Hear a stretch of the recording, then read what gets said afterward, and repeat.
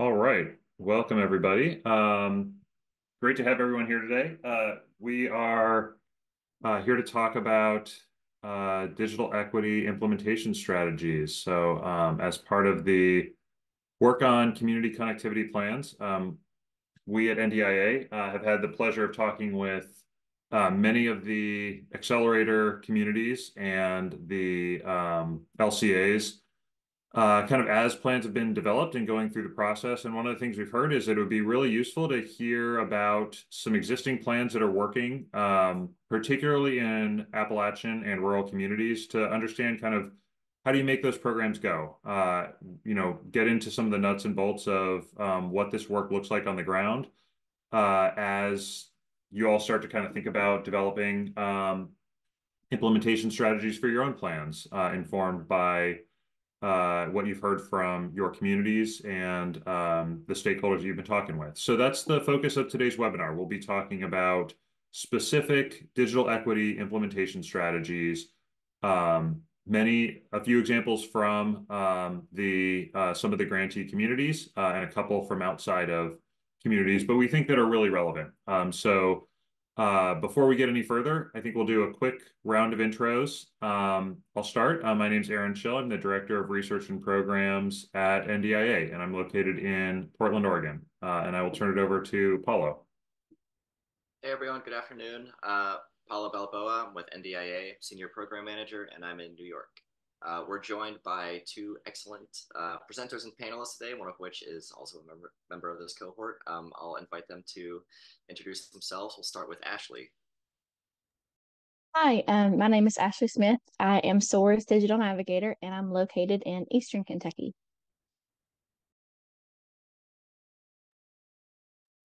Hi, my name is Megan Waiters. I'm the digital navigator with Community Service Programs of West Alabama, and we're based out of Tuscaloosa, Alabama.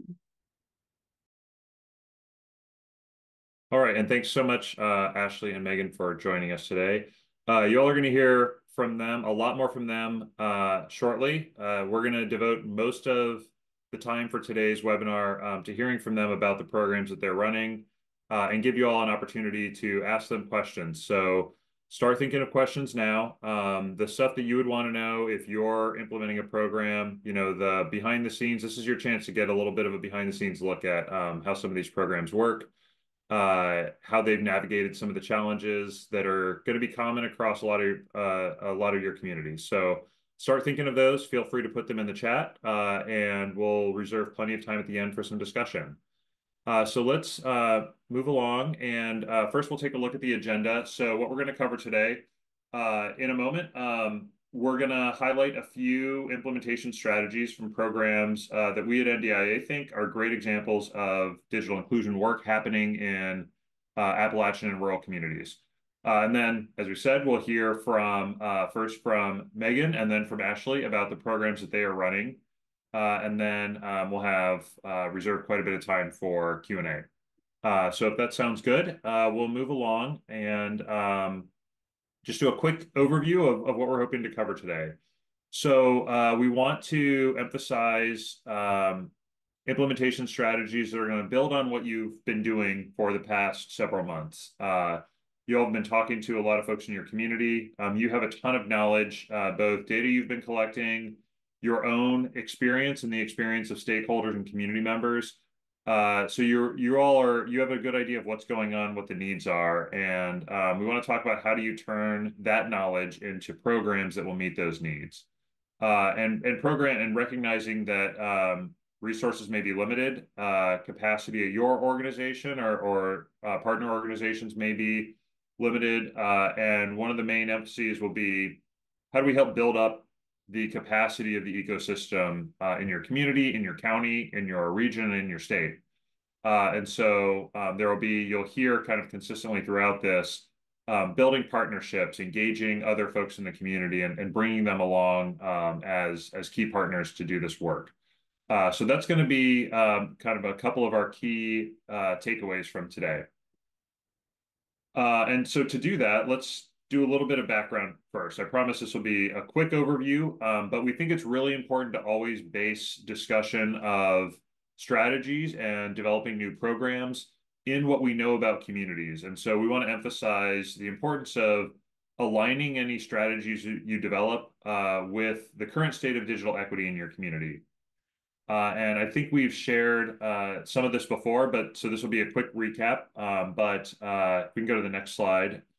We have a little graphic here that we think really illustrates this. So you all have been working a lot. We've been harping on you and working with many of you on data collection and partner engagement, community engagement to understand the current state of digital equity. So that's informed by data from the census and from other secondary data sources. That's informed by the discussions you've been having with community members, the information that you've pulled from your state digital equity plan. All of that information is, we know many of you are in the process right now of compiling that into the digital equity section of your connectivity plans. All of that's going to inform kind of your needs assessment and understanding of what barriers currently exist.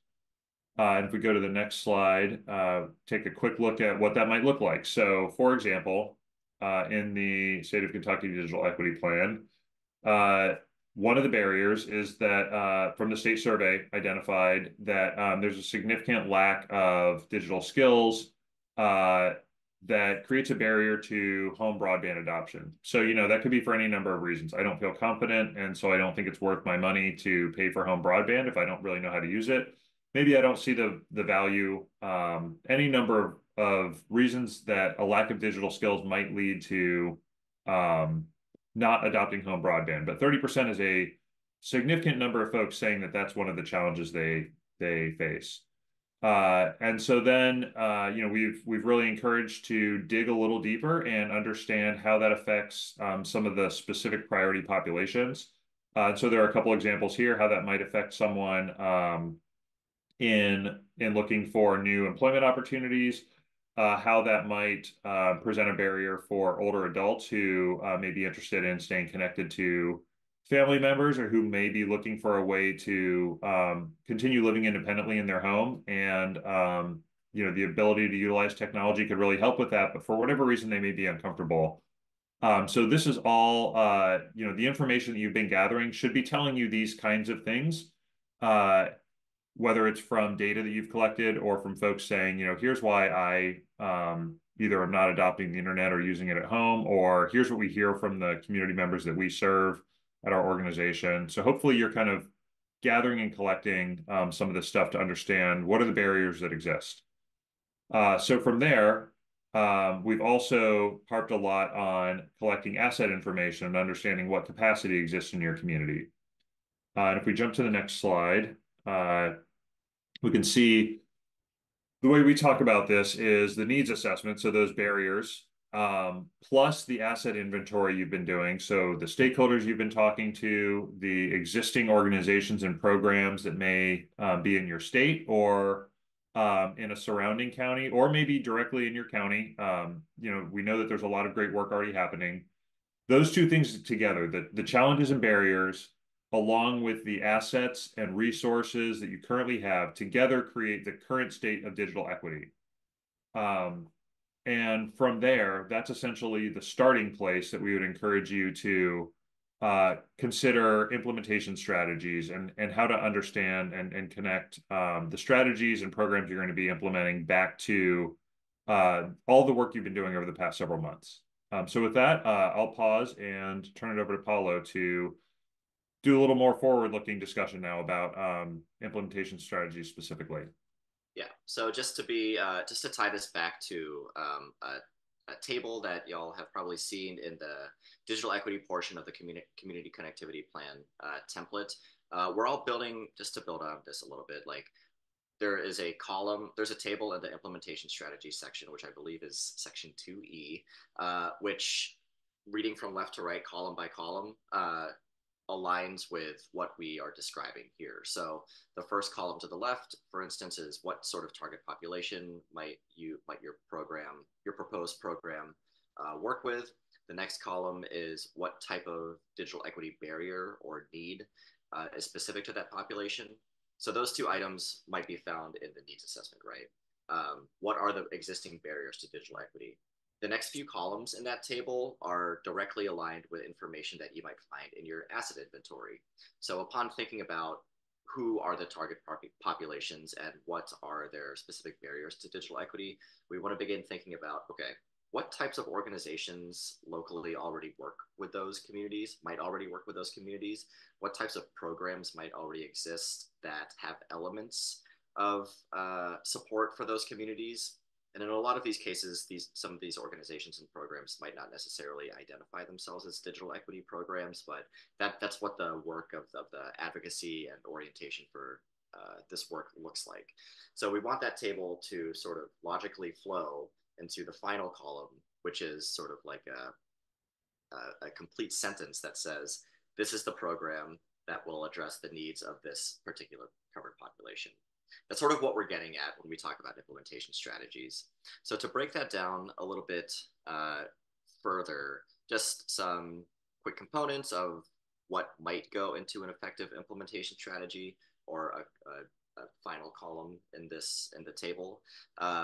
It should be informed by data. So again, should be informed by your understanding of the barriers to digital equity for folks in your community. Should inform by your asset mapping. In other words, what organizations and programs already exist, and then community input too. So I know that a lot of folks have been having community input in the form of like town halls, other sorts of public meetings to hear directly from community members, and that's super effective as well, because you can dig a little bit deeper into what some of those existing barriers might look like. If you have an implementation strategy that sort of does a kill two birds with one stone kind of thing and can address the needs or barriers for one or more priority populations, especially in this program, right? Like rural is a covered population, but so how else can we crosscut that? Like rural for rural and older adults, rural and lower income households, right? So a program that can address multi or intersectional needs of a particular population will be more effective because you're getting a little bit more done. Third bullet point, this is building upon the asset mapping piece. Just figuring out and who is going to do this work? What organizations identified from your asset inventory might already be doing existing work, and how might they reorient their language and their programming to address the needs of the populations that they work with, and begin calling their work digital equity. So that's just a few to touch on here. Some additional best practices. Again, they might be multi-pronged or singular in focus, so addressing the needs of multiple populations might be better if doable in a given community, especially if resources are a little bit limited and capacity is low. Think back to how your strategies might map to your state's digital equity plan. So we've been saying from the beginning of this cohort, right, like read your state's digital equity plan. Your states have done a lot of hard work from a high level over the past 18 months to capture this data, but at a sort of bird's eye view perspective. So this is your opportunity to really color between the lines and dig into those finer points that your state just wasn't able to get to in their planning process. So folks who were in the digital equity cohort have seen this flow chart before. I encourage folks to look through this, but we just wanted to share this out with you, just to give you a tool and a resource, to give you something to refer back to when thinking about how you might define or design a specific implementation strategy to go into your plan. So really, really quickly, if we start at the top left, the first question to ask is starting with a goal or a barrier. So going back to Aaron's example, in the state of Kentucky's digital equity plan, they identified 30% of the population that did not have or identified digital skills as a barrier to getting home broadband. That's a barrier. The question to ask from there is, are there existing programs or assets that can help address that barrier? At the time, the Affordable Connectivity Program was a program that directly addressed that home broadband need. In lack of that, there are still programs and organizations that we're using the Affordable Connectivity Program to directly connect with households, do a lot of that trust building to get folks signed up for home internet. There are still resources out there that for qualifying households will get folks signed up for lower cost or discount home internet. NDIA has a resource list of those on our free and low cost plans page. But these are the sort of questions to begin asking yourself. Like, the ACP going away is sad, but what can we pull out of that to continue addressing the digital equity needs for specific populations in a given area? So really quickly, we wanted to share out with you a few models from our perspective, like the national perspective, about what some implementation strategies might look like. But after I wrap up here, we're going to send it right over to Megan and Ashley, and they're going to talk about their programs. And again, really dig into the nuts and bolts of what their programs are, how they work, and importantly, maybe most importantly, like any limitations or any pain points that they might have, because we know that folks in this room might be experiencing those now. So we want to make sure that we have plenty of time to talk through those in this webinar. But two types of implementation strategies that I will highlight here, one of which is a direct service strategy. So a strategy that works with a specific population. Fire truck coming by. A direct service strategy. So this is like that one-to-one support. And then another type of strategy, which is a capacity building strategy. Over the course of mine and Aaron's work with this cohort, we have been coming to the conclusion that capacity building is a very valid and very real type of implementation strategy, especially for communities that have lower capacity. So I want to dig into that a little bit more here. But first, a direct service strategy. This is from a organization that's based in Pittsburgh. They serve the greater Pittsburgh region. So including the surrounding counties, but this is from an organization that we love to highlight called Computer Reach. Computer Reach started out as solely a device refurbisher. So they would take devices from that organizations were not using anymore, and they would refurbish those devices and redistribute them to qualifying individuals or households in the greater Pittsburgh area. They were solely on like in and out, devices in, devices out. So iPhones, laptops, whatever it might be. In COVID, they realized that they had the bones already. They already had several staff who were doing the device intake and who were also sort of working with a community member one-to-one when they would do that device handoff. So in COVID, they reoriented their work to call their work digital literacy for all, and they have a digital navigator program. So really using those same staff who were doing those one-to-one device handoffs and allowing for staff to have time to have regular interactions with an individual or a household that they were working with, and they called that digital navigation. There are two more digital navigation programs that we're set to highlight here in the form of Ashley and Megan's program, but this is just one with a particular model.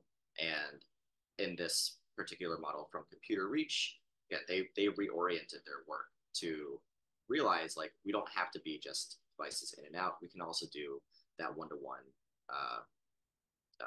digital navigation with community members. So the next type of program is a capacity building strategy. Again, Aaron and I have reoriented our own thinking around digital equity planning, especially in Appalachian and rural communities, to really start saying that, like, not everyone can turn on a digital navigator program tomorrow. We recognize that that is a huge barrier for communities, especially in the Appalachian and its Appalachian region and in rural areas. So we have been communicating more directly that if you can't turn on a digital navigator program tomorrow, then maybe maybe the idea is to turn to a capacity building strategy. Maybe the implementation strategy is if you need to plan for a community meeting with organizations from your asset inventory to meet in 4 months or 6 months. If you need to get everyone in the same room and just get everyone like aligned on what this work looks like, start to pool and share resources, that's capacity building, and that is certainly a valid implementation strategy. So the one I'll highlight here is from a place near and dear to me because this is where I went to college. But HAPCAP, this is Hocking, Athens, Perry County in Ohio. As a regional economic development organization, they have been supporting these three counties, Hocking, Athens, and Perry, do a number of things around broadband and digital equity planning. But the one that I'll highlight here is that they have been supporting folks write digital equity plans.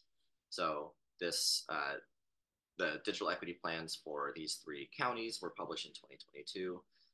One thing that I might highlight from their plans is the implementation strategy section, in which they identify or they align each implementation strategy with a short, medium, or long-term plan. So a short-term plan might be a capacity building strategy, such as let's get all of the organizations who care about this stuff or who might already work with specific populations and get them to start meeting regularly with us. We'll be the conveners for those meetings because we have the capacity. A medium-term strategy might be to start turning those community meetings into regular digital navigation services.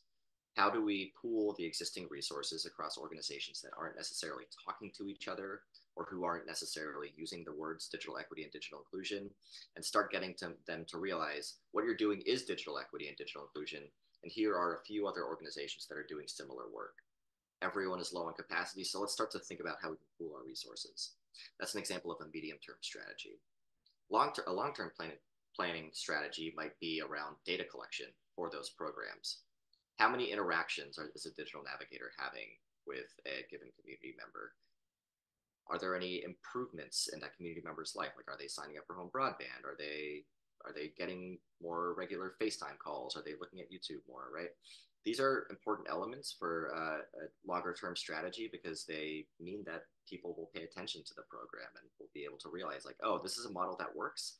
Maybe I might want to partner with them, or it might be attractive to potential funders who might want to continue the good work of these sorts of programs. So that's just a quick overview and highlight. I'm going to turn it over to Megan first to talk about her work with an organization called Community Service Programs of Western Alabama. Megan, again, comes from Tuscaloosa. I'll invite Megan to say hi and introduce herself again. But I encourage you now to think through like what sorts of the nuts and bolts questions do you have coming into this webinar. Megan is going to talk a little bit about her program. She'll be followed up by Ashley, who's going to talk about her work.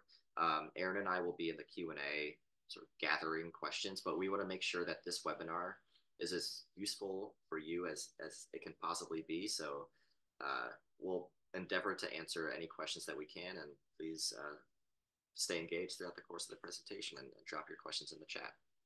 So I will turn it over to Megan. Good afternoon again, everyone. My name is Megan Waiters. I'm the digital navigator with Community Service Programs of West Alabama, again, based out of Tuscaloosa.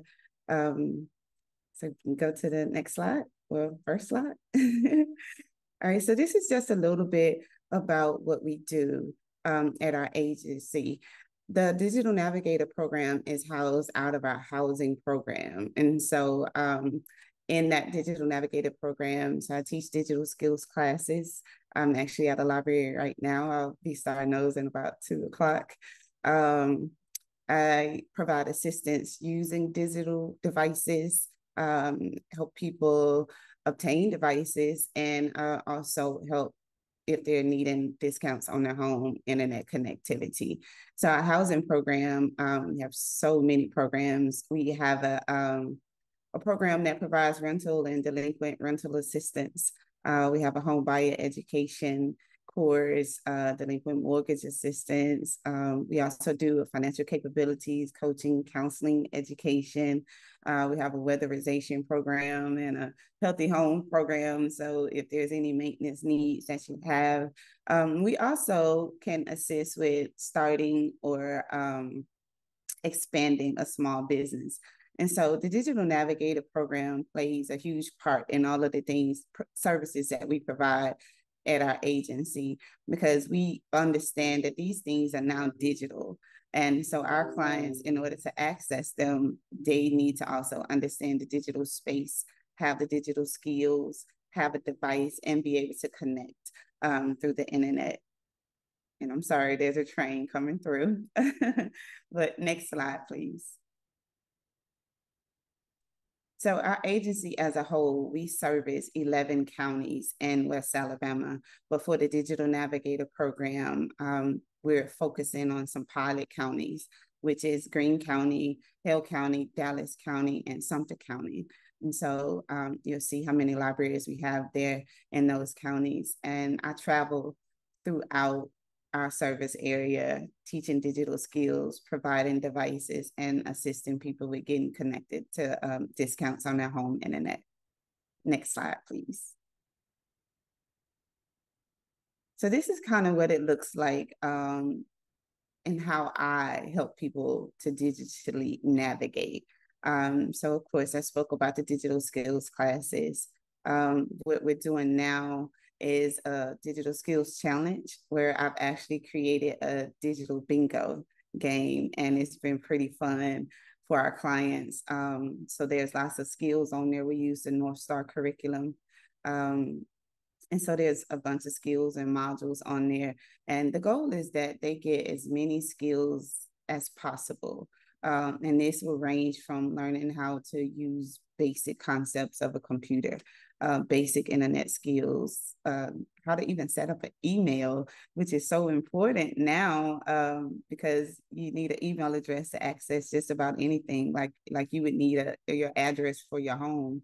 And so within that digital bingo, we've also been awarded a grant through AARP, and we're also providing digital disaster preparedness skills along with those basic computer skills.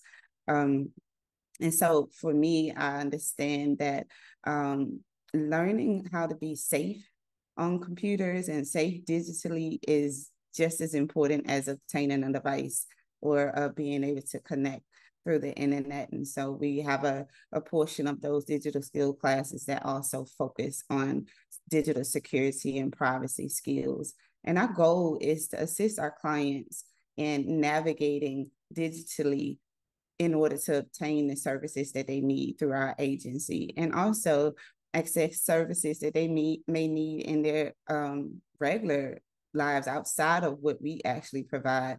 And so we also want to make sure that we're helping to meet those housing needs, and so that they're able to be sustained in their homes. And we understand that sometimes there's a digital thermostat that they may not even know how to use, but it's just as important as anything else they have. And so that's our focus at Community Service Programs of West Alabama. So next slide, please. So these are just some photos of the work that I love as a digital navigator.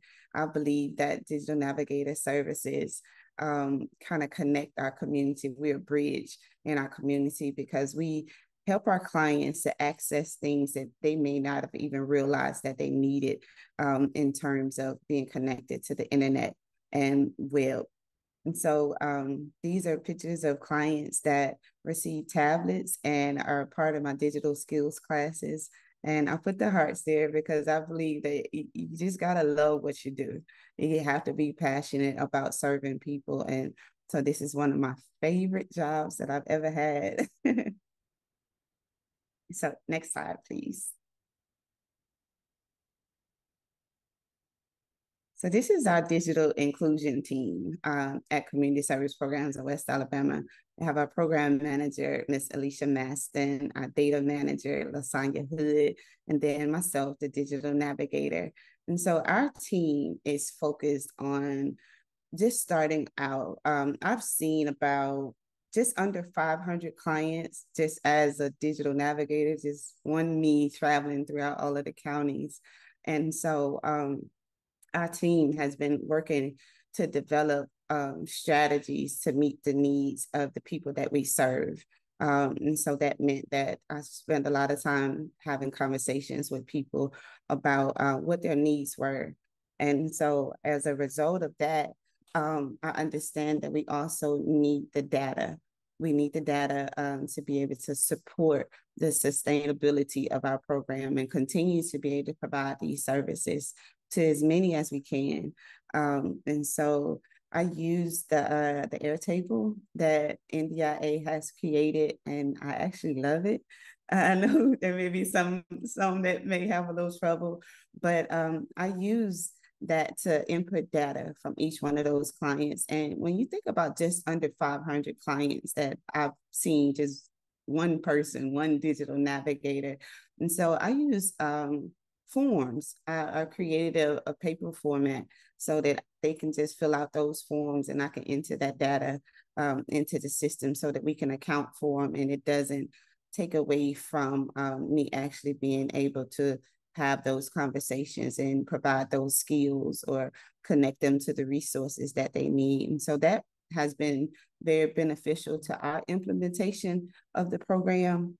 And I also do a skills assessment on every client that comes through the Digital Navigator program. So we'll do a skills assessment on the front side, meaning my first initial interaction with them, I do a skills assessment and I enter that data into Airtable.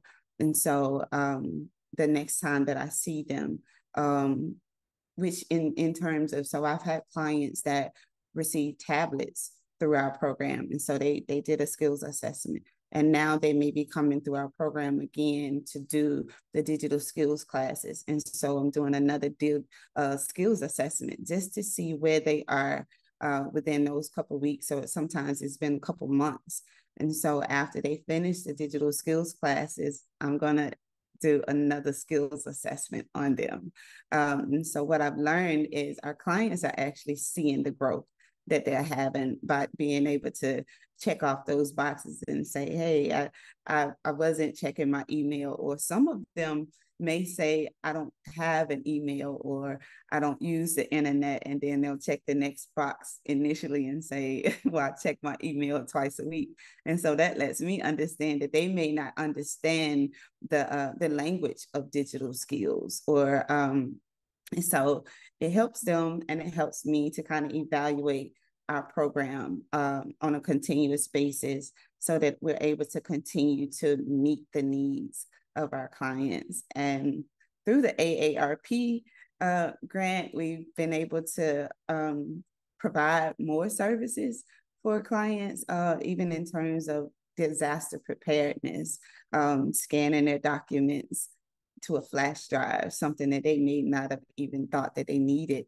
And so those clients are, of course, 50 and older, but those have been the most exciting ones. They are so enthusiastic about learning and actually being in that space and being comfortable enough to try.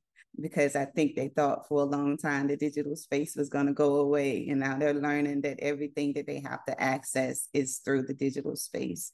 And so this is just a sum of the work that I do and that I love. And I definitely see the impacts, whether it's in impact stories that we get from our clients or just being able to see that data myself and see their growth. So that's all I have. So if there's any questions afterwards, please feel free to ask me and I'll pass it over to Ashley. Thank you, guys. Awesome. Thank you so much, Megan. I get to work with Megan and I also get to work with Connect Humanity and NDIA. So I feel like my foot's in all the camps. But my name is Ashley and I'm SOAR's digital navigator. SOAR stands for Shaping Our Appalachian Region, and we serve 54 Appalachian counties in Eastern Kentucky and have developed a digital equity plan addressing those community needs.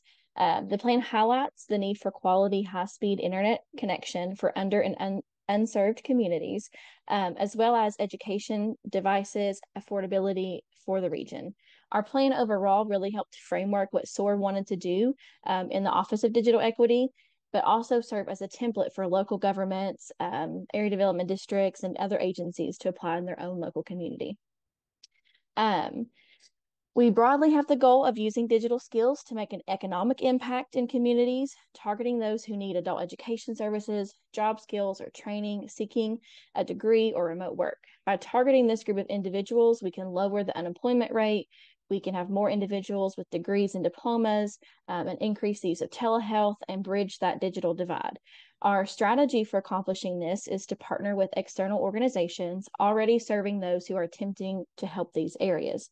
By providing education or devices, we can remove barriers and make accomplishing their goals easier for their clients. I focus my classes and appointments with clients around basic digital skills, college digital skills, and digital skills for your career.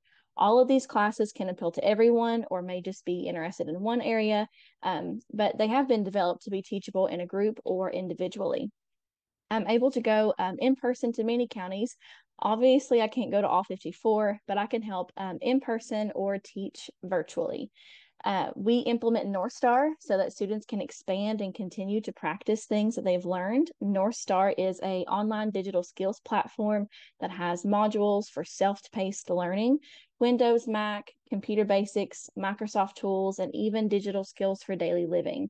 This doesn't replace my work. As no platform is universal, I teach things North Star can't, like Blackboard, specific email platforms like Outlook, and how to use LinkedIn. This also is a way we have people earn a device by completing assigned modules in North Star, as well as coming to class. Clients can do this independently or work with me through lessons to ensure they know how to use the device they're receiving. If you hand somebody a computer and they don't know how to use it, you just handed them a really expensive paperweight. So we really want to make sure people know how to use their devices. Even after a client finishes an appointment, a class, or earns a device, it is important for us to continue follow-up with them, whether that's sending a survey, having a follow-up appointment, or just checking in. Some clients need my help for several months, just a few hours, just a couple classes. And we have a follow-up schedule where we want feedback from the client and always try to keep the dates that we're there at the location consistent so they know when to expect us. Like Ashley's always here the first Tuesday of every month. Just for consistency for the community, since I'm in so many different ones. Since we've implemented this navigator model and program at SOAR, there has been an impact of 540 clients. I've hosted 40 classes with over 300 participants, and I've distributed 65 devices as of tomorrow. I've got a big delivery tomorrow. So we have goals to distribute 100 by the end of the year, and we're working very hard to do that. Around 80 of my students have been from a recovery center, ensuring they have skills they need to be successful in education or the workforce when they re-enter the community. 270 of my clients have been external organization referrals. So as you can see by that chart there, that's half of my clients have all been from other agencies sending me clients. Another goal SOAR has is aiding communities in having high-speed internet connection. Though we don't have a truck full of fiber, we do have programs under our Office of Digital Equity that is working with local ISPs to advocate for development. We've also been working with Connect Humanity. As some of you may know, SOAR is an LCA managing 3 grantee communities, which covers 6 counties and developing a connectivity plan. The plan develops, their demographics, digital equity needs, current broadbands, and goals for future broadband. And it's not a typical role of a digital navigator, but because of my work with NDIA and in the community, I have given a unique perspective as an LCA for these grantees and how to implement their plan. We also were working on making broadband affordable for low-income families and had an ACP outreach grant. Though the program is no more, we did have a significant effort when it was around. SOAR supported 787 clients in one-to-one consultations and engaged over 7,000 individuals, and we connected with 65 stakeholders and hosted and participated in 38 in-person events when the program was active. My largest piece of advice for implementing your organization's digital equity goals is working with what already exists. The asset map is a vital piece that should be more than just a list of programs in the community, and NDIA has talked a lot about that, but it should really be a true analysis of their program, knowing their strengths, their most frequent demographic, maybe even some of their shortfalls, and then develop that relationship and build on what is already existing instead of reinventing the wheel. Every community has different assets. I mean, across my 54 counties, every single one of them is different, no matter how small, no matter how large. If you don't know where to start, get in touch with the local government, go to a community meeting, get the word out there. It takes time to get 10 to 20 people sitting in a computer lab ready to learn, or a day full of appointments where you have a waiting list. It took me several months of trial and error on what worked. Appalachia is a unique place with a lot of challenges, and SOAR has really found a way to make it work and thrive. I, for the longest time, have been the only navigator. Because of our work and my team applying for other programs, we'll be adding more to my team. And I can't say I'm the only one of my kind. Sometimes when I introduce myself, I say I'm a digital navigator, and I'm like, I'm the only one. So it's okay that you don't know what that is, but we're adding more soon. So it's really exciting time. SOAR has been a leader for the state of Kentucky on digital equity, with developing relationships with so many partners. We continue to educate everyone on digital equity needs for the community and how we can bridge that divide. On the next slide is a link to SOAR's digital equity plan, our website, socials, my LinkedIn, and email. All those are clickable, but I can drop things in the chat as well. Super. Thank you so much, Ashley and Megan. It's amazing to hear from folks who truly love and are passionate about their work. So thank you so much for sharing, and yeah, thank you for dropping the links into the chat, Ashley. I'm going to stop my share. Folks who are on this webinar, feel free to. Personally, I have several questions that I would love to ask Ashley and Megan about the specifics of their work, but I want to prioritize the questions that some attendees here might have, and make sure that we get to your questions first. First question is the SOAR Digital Equity Plan. If we could drop that link in the chat, that's from Sierra. So quick, value of digital navigation. I was already, as soon as I had all that stuff pre-typed, ready to press enter when I was done presenting. Yeah. And then I forgot that link, so I got it right quick. Yeah. Love to see some preparation. Well, I have a few questions. Maybe folks might want to ruminate and think about the highlights of your presentations. But I'll start with Ashley, just since you went most recently. You'd mentioned on your first slide, like more than half of your referrals, or yeah, more than half of your interactions have come from referrals, which makes me think about like partners, right?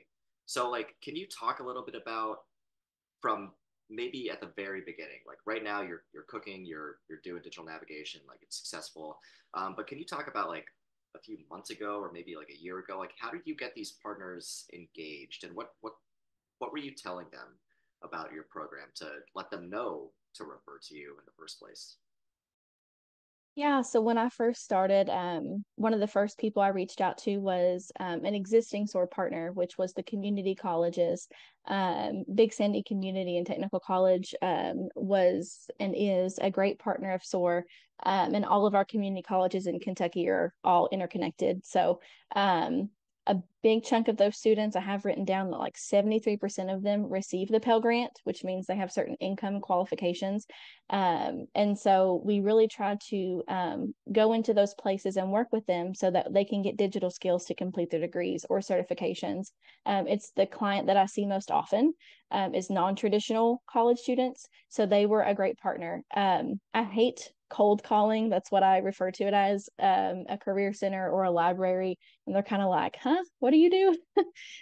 So it's better to have those face-to-face interactions and conversations. I really try to, not overpromise, but also say, this is what I've done in other places and other locations, and I could definitely help your clients here.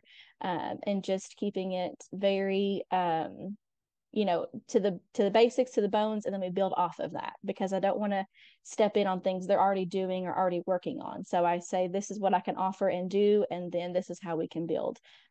Career centers are also another really big partner. I go to the career centers in many different locations more often. And those are people who are unemployed, people who were trying to find better work for themselves and upskill. So they've been a very vital partner, and a lot of people wanted to earn devices because at the same time, they're going back to college as well as trying to get career skills. That's awesome. So many partners. Yeah, Megan, I'm just wondering if you had some thoughts on like types of partners that y'all have seen at CSP, and how you got them connected in the work as well. Yes, Ashley made some statements that were so similar to my thought process as well.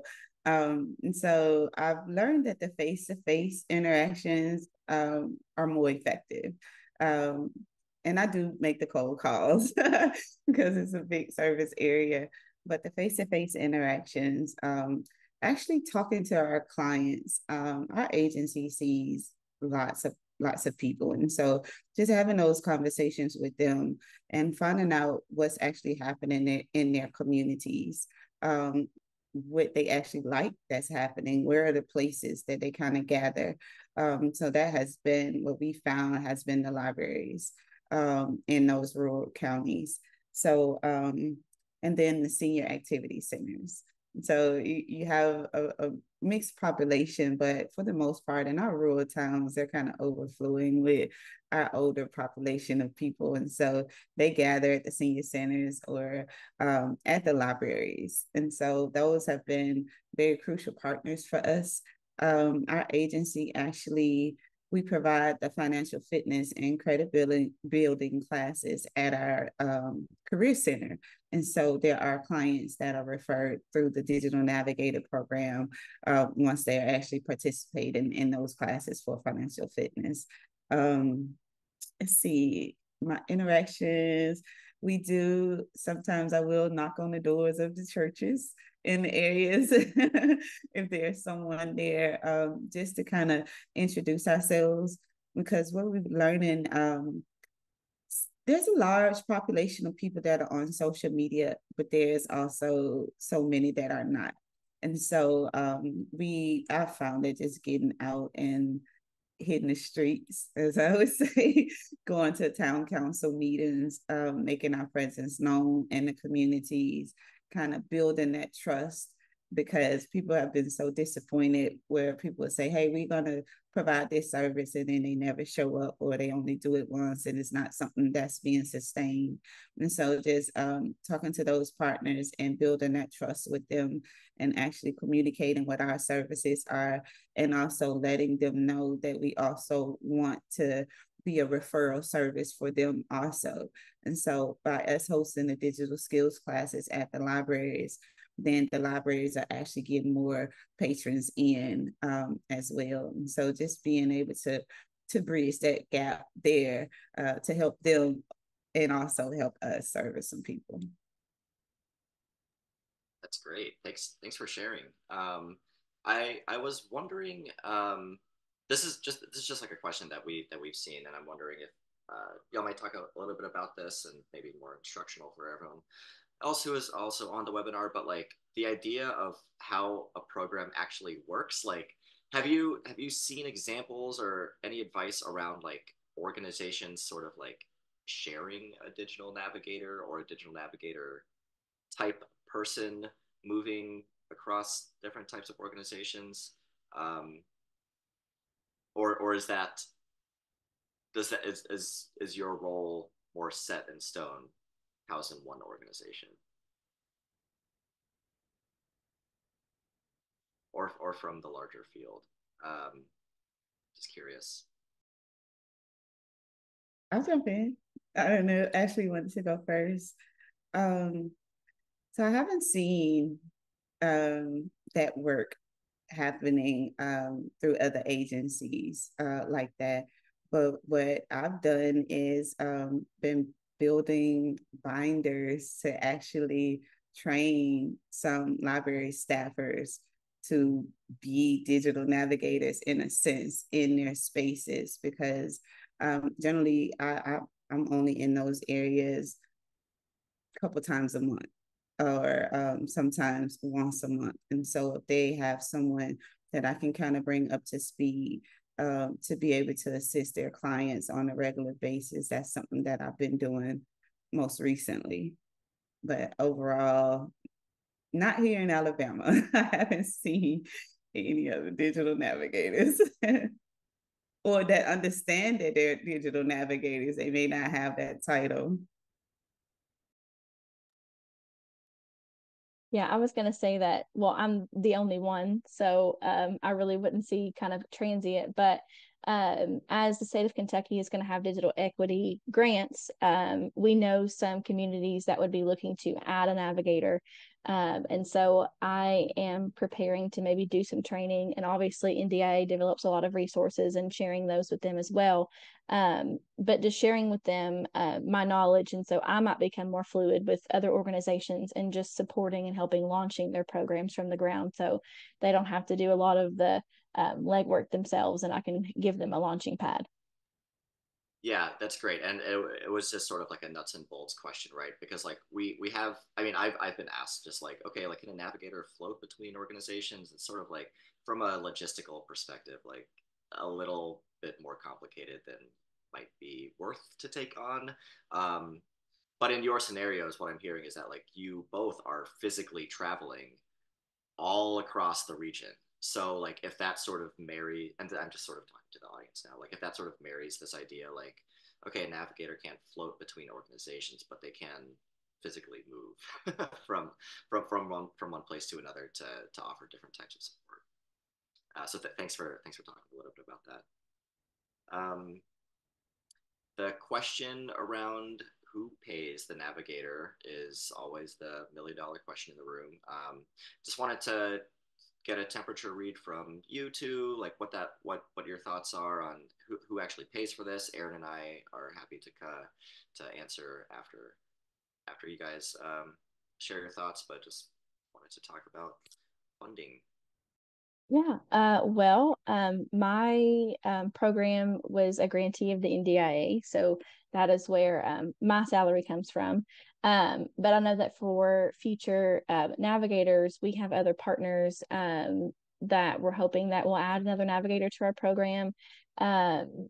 Big workforce development grants and things like that. Everybody's gonna, in each state, it's gonna have some digital equity funds to come out of it. So writing navigators in would be a potentially good idea for funding. But we always want to be independent from grants and look at private funders. That's something that SOAR is all the time working towards. That really isn't my role, but I know that the higher ups are always working really hard for that, for sure. And I was actually hired as a grantee of NDIA also. So that's where my salary is paid from.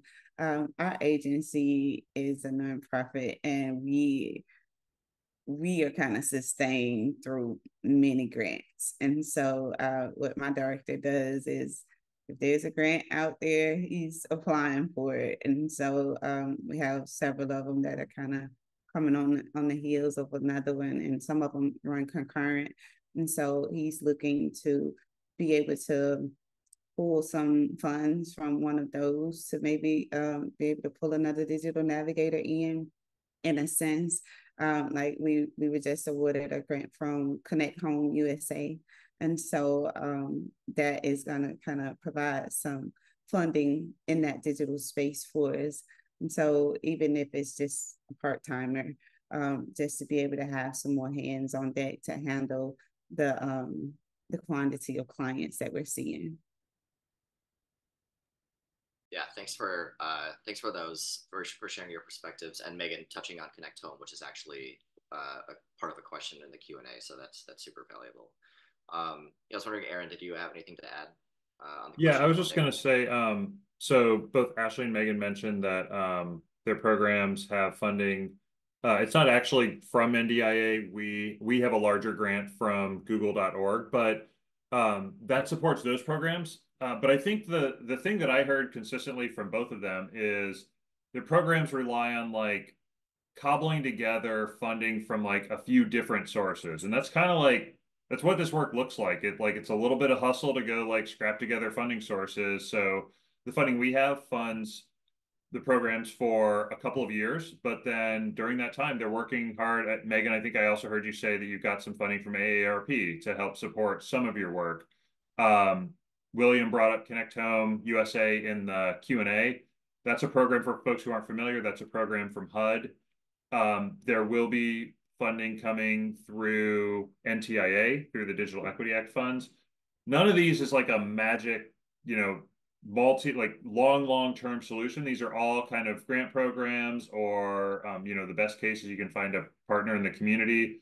But I think all these programs are, nobody's coming in with like millions and millions of dollars and just trying to figure out how to spend it. Like all these programs are bringing together resources. Megan, you mentioned the other staff members, and Ashley, I know you have other team members that are working on this too. Like their positions for like the data management are funded part-time. So like they're probably working on some other programs too. And so I think that's an important thing to highlight, that these are two very established programs, but it's still a matter of like pulling together funding like a little bit here, a little bit there to make the programs work. And understanding like the parameters of a program like Connect Home USA, like it can do certain things.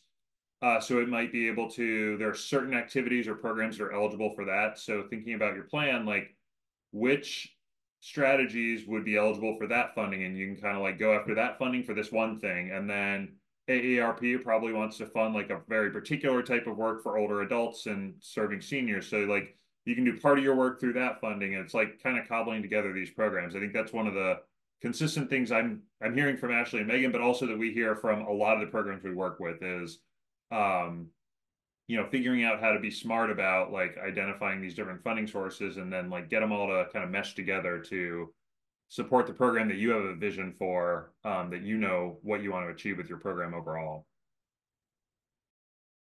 Yep, and just a reminder, next week, next Tuesday, there will be a webinar about funding sources that Connect Humanity is hosting.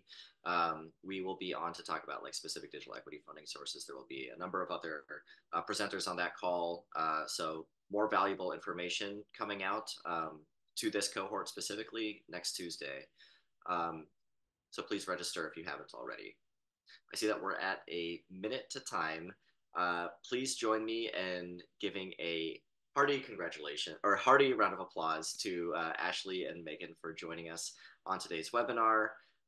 It's amazing to hear the work that you both have achieved, and we're just very proud of you and really looking forward to following along the excellent work that your organizations continue to produce. So again, thank you for volunteering to come onto this call with us, and wishing you the best.